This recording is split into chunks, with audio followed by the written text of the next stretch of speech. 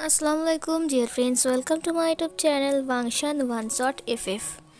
तो हमारी स्टोरी चल रही थी, तो चलिए उसकी स्टार्टिंग करते हैं नेक्स्ट पार्ट की।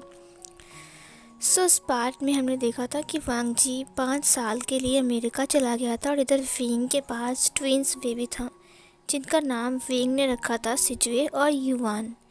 युवान और सिजुए बहुत ज़्यादा प्यारे थे और बहुत ज़्यादा क्यूट थे। उन्हें देखने के लिए वैनचिंग और वैन चाओ सब लोग वहाँ पर आए थे और निहो सिंह भी आया था। वो सब लोग बहुत ज़्यादा हैप्पी थे और बेबी को खुशी खुशी देख रहे थे। बट विंग की फेस पर एक उदासी थी। काश यहाँ पर वांग जी भी होता तो वो उतना ही खुश होता जितना कि विंग हो रहा है।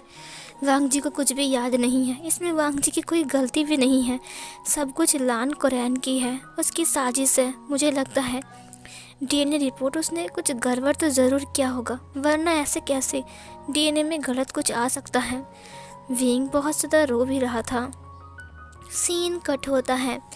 अब चलिए चलते हैं 5 साल बाद।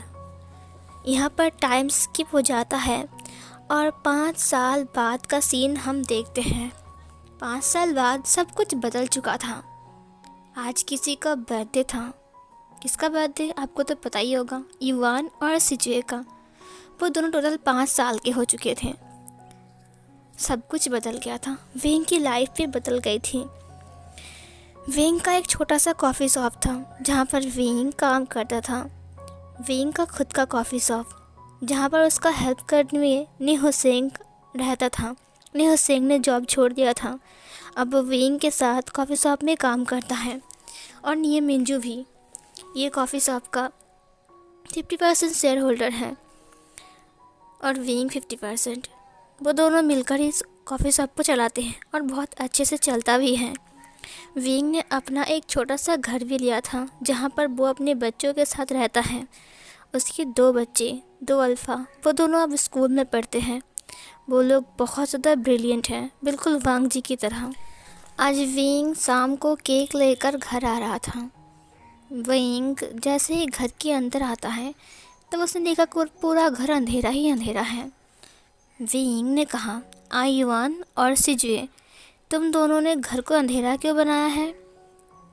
अचानक लाइट्स ऑन हो जाती हैं और वहाँ पर वैन चाओ और वैनचिंग भी खड़ी थी। ये देखकर विंग भी हैरान था। युवान और सिजुए ने नए नए कपड़े पहने थे। वहाँ पर एक बड़ा सा केक रखा हुआ था। विंग ने कहा, तुम दोनों? वैन चाओ ने कहा, तुम्हें क्या लगा तुम इनकी बर्थडे पार्टी पर हमें इनवाइट नहीं करोगे तो हम नहीं आएंगे? वैनचिंग ने कहा, ये बिल्कुल भी अच्छी बात नहीं है विंग। हम हर वक्त साथ निभाते हैं, लेकिन इस बार तुमने हमें इनवाइट नहीं किया।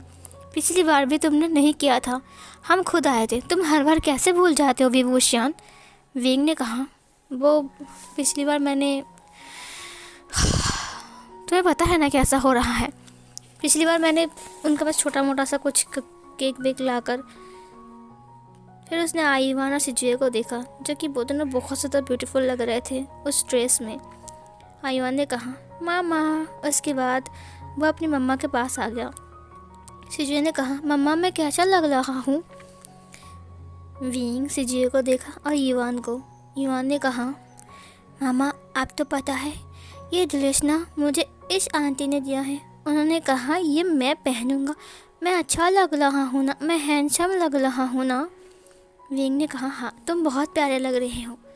सिजुए ने कहा, अरे वाह क्या बात है, आपने ईवान की तारीफ़ किया लेकिन मेरी नहीं किया। लगता है मैं अच्छा नहीं लग रहा हूँ, है ना?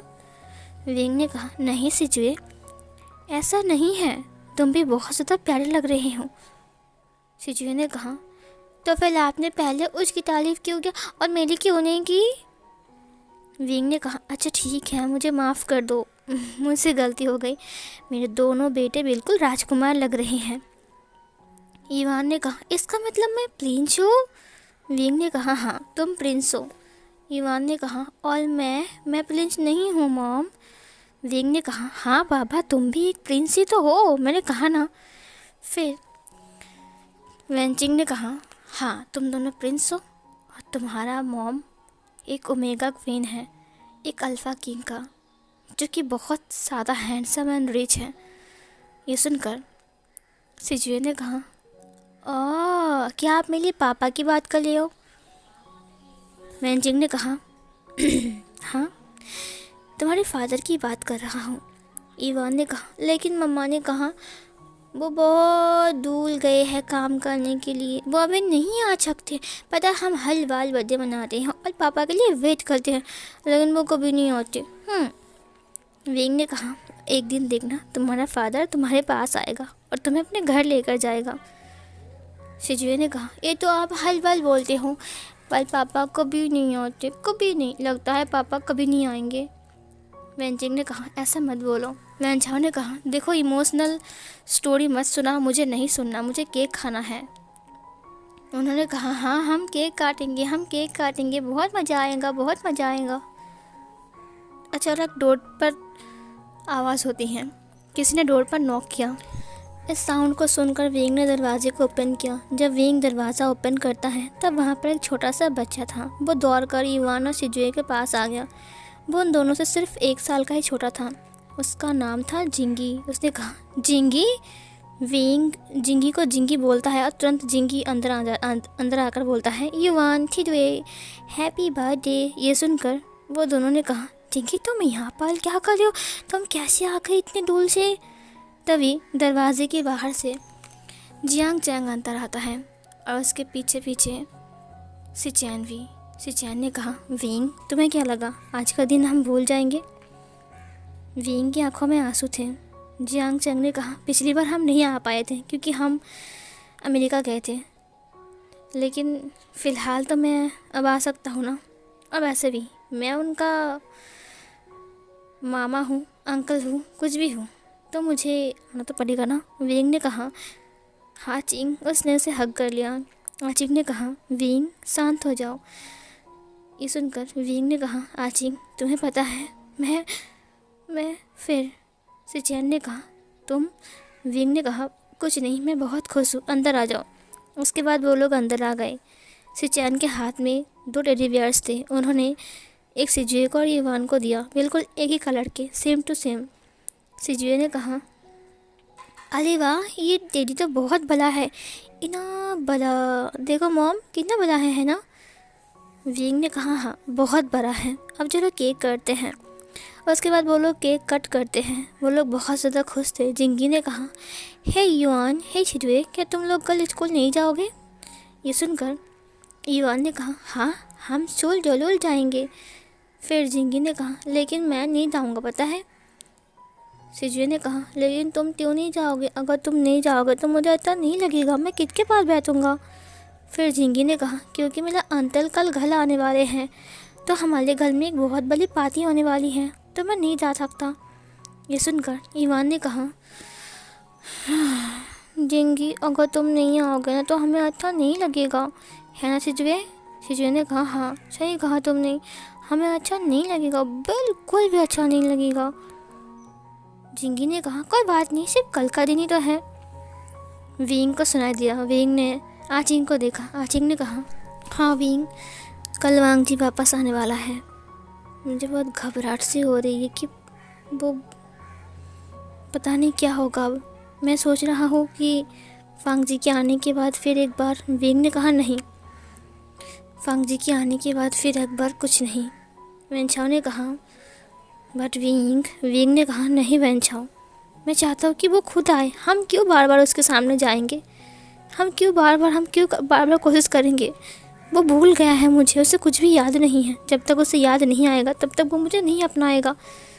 वेंचिंग ने कहा, अगर उसे पूरी ज़िंदगी भर याद ना आए तो क्या तुम? विंग ने कहा, हाँ, पहले मुझे लगा था कि मैं कैसे जीऊँगा, मैं मर जाऊँगा, मेरे पास जीने का कोई वजह नहीं है। बाद में मुझे जीने का सहारा मिल गया। मेरा युवान शिजुए मेरे लिए काफ़ी है जीने के लिए, मुझे और कुछ नहीं चाहिए।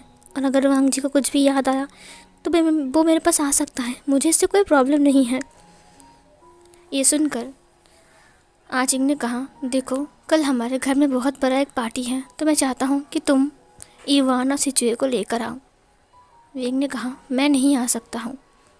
इवान और शिजुए को सुनाई दिया। उन्होंने कहा, लेकिन हम क्यों नहीं आएंगे मॉम, वो लोग हमें इनवाइट कर रहे हैं ना। विंग ने कहा, लेकिन हम नहीं जाएंगे, हमें नहीं जाना। सिजुए ने कहा, नहीं मुझे जाना है, मुझे नहीं पता, मुझे कूद नहीं पता, मुझे जाना है, मुझे नहीं पता। ये बोलकर वो कूदने लगता है। ईवान ने कहा, हाँ मम्मा चलो ना, हम जी जाएंगे जिंगी के साथ, कितना मज़ा आएगा। हम तो स्कूल के बाद भी जाएंगे ना, होमवर्क भी कर लेंगे घर पर। विंग ने कहा, मैंने कहा ना चुप रहो। वो दो बच्चे रो रहे थे। वैन ने कहा, विंग उफ, ये बच्चे हैं, अब तुम इसे ऐसे डांटोगे। विंग ने कहा, ये लोग बहुत ज़िद्दी है, बिल्कुल अपने पाप पर गए हैं। ये सुनकर वैन ने कहा, क्योंकि ये लोग वांग जी के बच्चे हैं इसीलिए। तो गाइस मेरी बात सुनो, आई मीन बच्चे, मैं तुम दोनों को लेकर जाऊंगा जिंगी के घर कल शाम को। तैयार रहोगे ना? उन लोगों ने कहा, हाँ अंकल, आपको पता है अब बहुत अच्छी अंकल हो। उसने कहा, अच्छा ठीक है, मस्का लगाना बंद करो, तो मैं कल शाम को तुमको लेने आऊँगा, ठीक है। सिजुए ने कहा, हाँ ठीक है, मैं तो लेती हो कल बैठा जाऊँगा, आपके लिए वेट कर लूँगा। ईवान ने भी वही कहा। विंग की आंखों से आंसू बह रहे थे। सीन कट होती है। नेक्स्ट डे की सीन हम देखते हैं, जहाँ पर वांग जी एयरपोर्ट पर आ चुका था। जब वांग जी एयरपोर्ट पर आ चुका था, सिचैन और आचिंग उसे लेने के लिए आए थे। आचिंग और सिचैन पूरे सिक्योरिटी के साथ आए थे ताकि वांग जी के ऊपर कोई हमला ना कर पाए, जिसकी वजह से वांग जी के ऊपर कोई हमला नहीं होता है। और फिर वो लोग चले जाते हैं वहाँ से। सीन कट होती है फिर से। अब वो लोग गाड़ी में थे, जहाँ पर वांग जी ने कहा, वैसे जिंगी कहाँ है, तुम लोग उसे क्यों नहीं लेकर आए।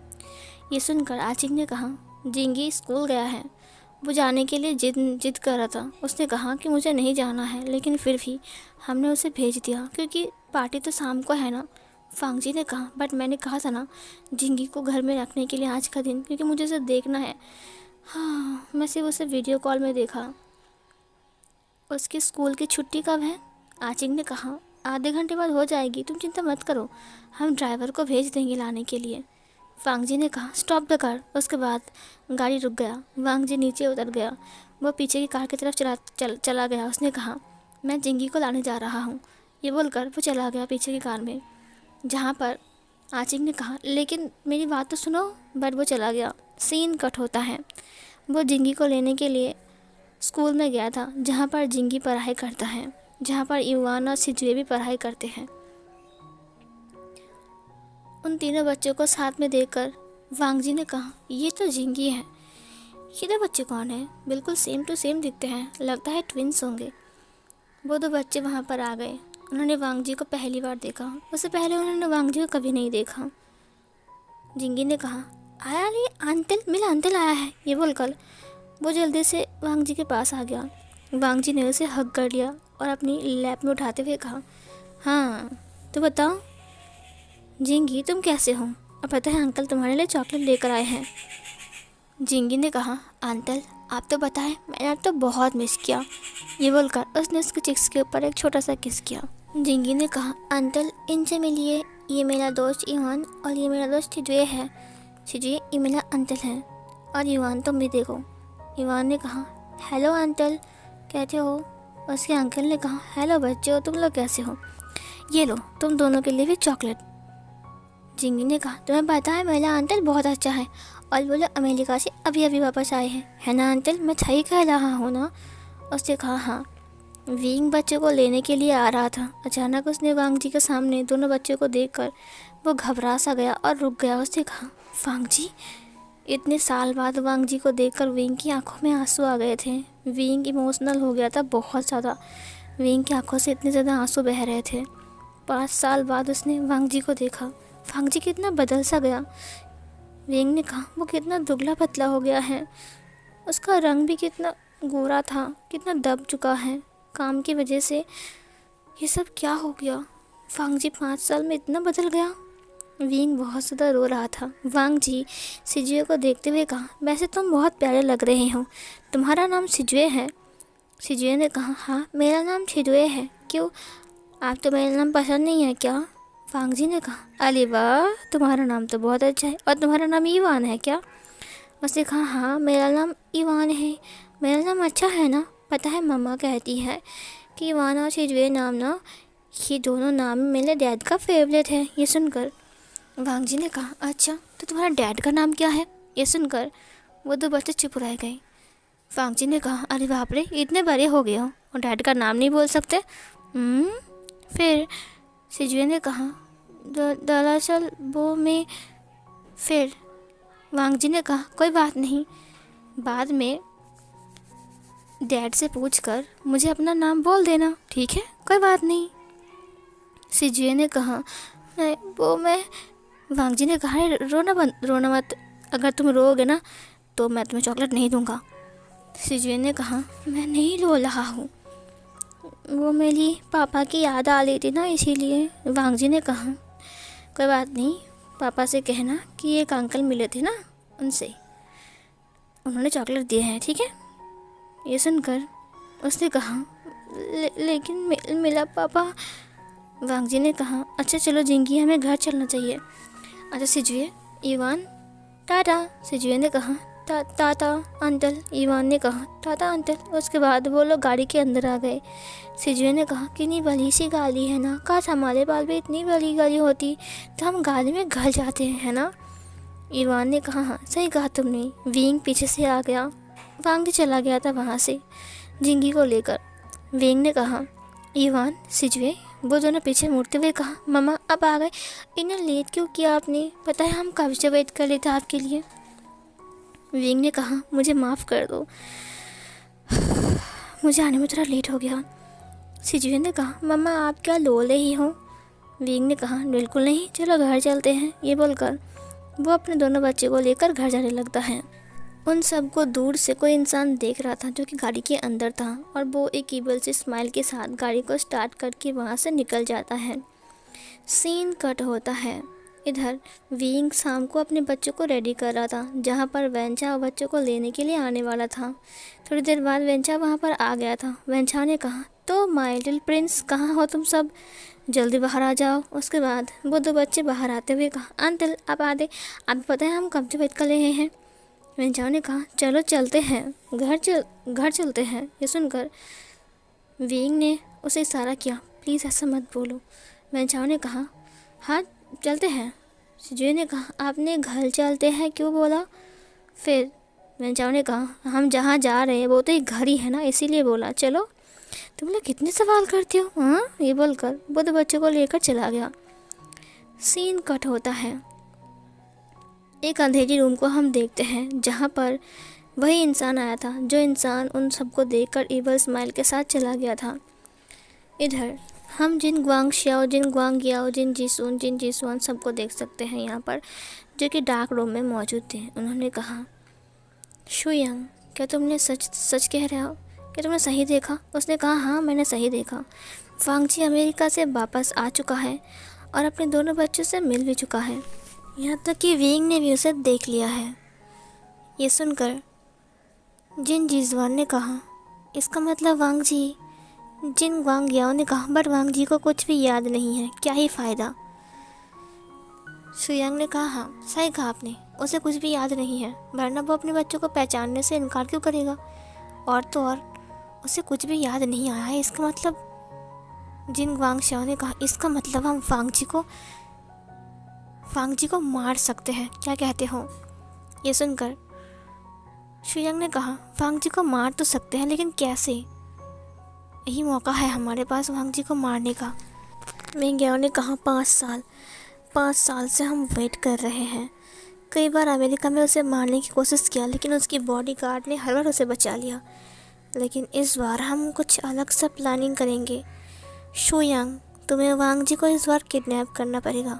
हम वांगजी को किडनैप करके हमारी पुरानी फैक्ट्री में लेकर जाएंगे, जहाँ पर हम वांगजी को मार डालेंगे। शुयांग ने कहा, ये काम मैं नहीं करूँगा, मेरे कुछ आदमी करेंगे, क्योंकि मैं एक हफ्ते के लिए कुछ ज़्यादा बिज़ी हूँ। ये सुनकर उन लोगों ने कहा, ठीक है। सुबह सुबह ब्लैक कलर की कार में वांगजी निकलता है। उस ब्लैक कलर की कार को फॉलो करना पड़ेगा, उसके अंदर ही वांगजी होगा और उसे ही किडनैप करना है। अपने आदमियों को समझा देना, ठीक है? शुयांग ने कहा, ठीक है, मैं समझा दूँगा।